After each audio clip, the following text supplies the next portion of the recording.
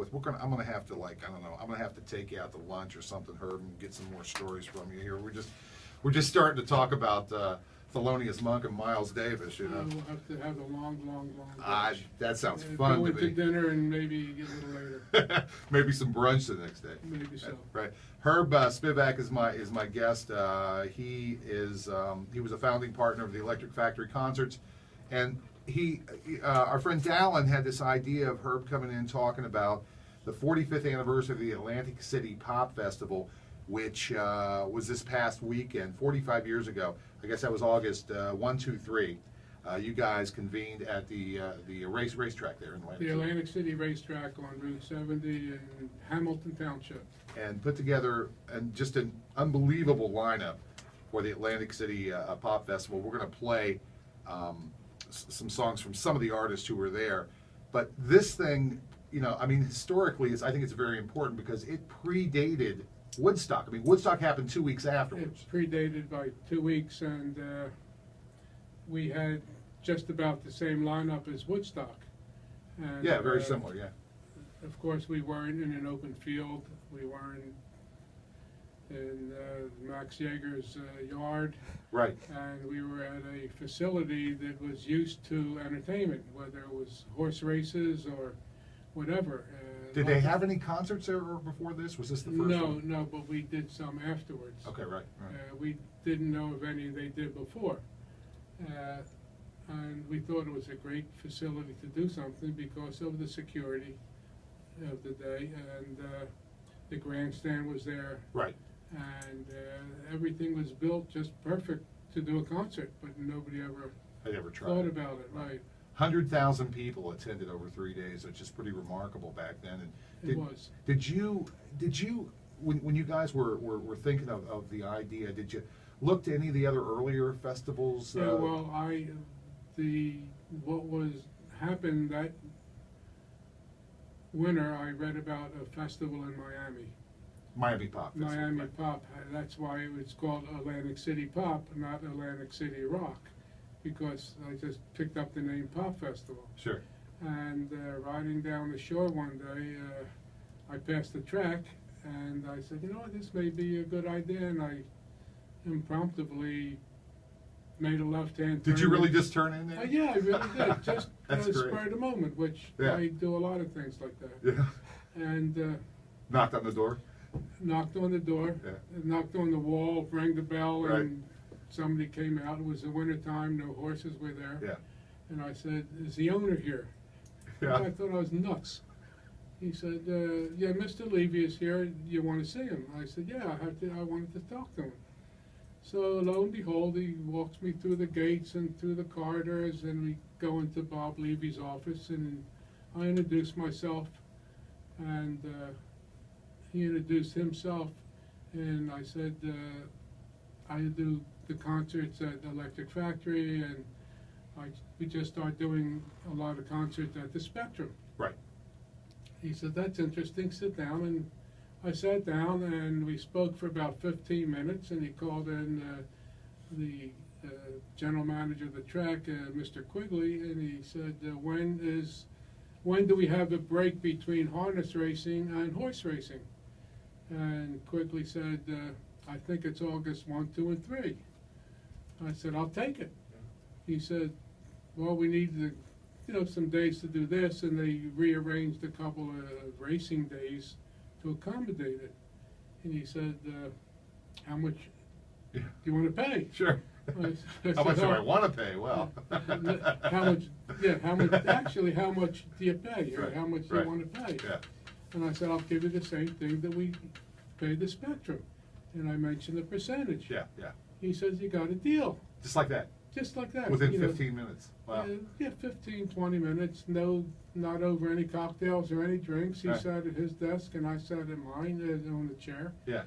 And he said, okay. I said, okay, that's fine. And I don't know, this may have been I imagine January. I think I was going down the shore, as I usually did that time of year, to rent a house for the summer for the family. Right, right.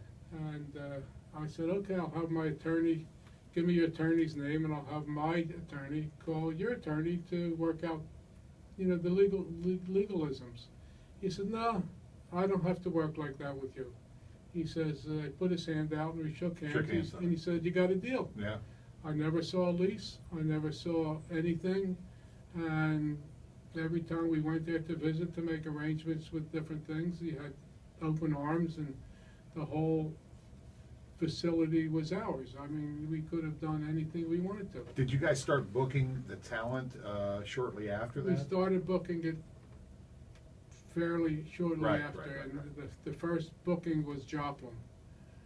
We figured if we got the big, the big fish, the little fish would follow. Sure, sure. And the first big booking was Joplin.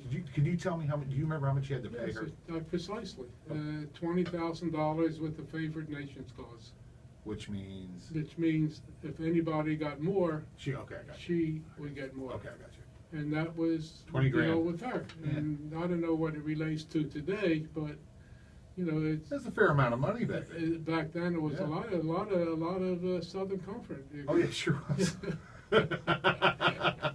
Herb Spivak's my guest. I got some stuff lined up here. Some of the bands that played the Atlantic City Pop Festival in 1969, 45 years ago this past weekend. And did you now when you started booking? I'm going to get to the music in a second, but when you started booking the acts, and first of all, let me also say that this festival was much more than music. I mean, you had arts, you had We had some we had acting. flea market. We Yeah, had a right. flea market under the grandstands. Right. Uh, People selling tie-dye T-shirts and every, whatnot. we Right. had body painters. Right. It was just like of the day. Right. Whatever was happening of the day was there. And to be perfectly honest, Larry started booking. Larry Maggot, right. Start booking right around January or maybe previously. I don't exactly remember the date. Do you remember if because I was going to get back to this question, if now Woodstock was being planned at that Right, time too. sure. Do you remember if you guys sort of worked together with Woodstock? No, we didn't even. No, I see. not whatsoever. Nothing to do with Woodstock. Right. No. It just No. ended up being a lot of the same. No, the performance. only thing that they beat us out on was Crosby, Stills, and Nash. Who you had booked for the show. We had them booked and so forth, and Mr. Geffen had called that they weren't ready, and take a rain check on it, and we said fine. And we took a rain check on Crosby, Stills, and Nash, and they made their big debut at Woodstock. And speaking of rain, how was the weather that weekend? The weather was great. It was hot.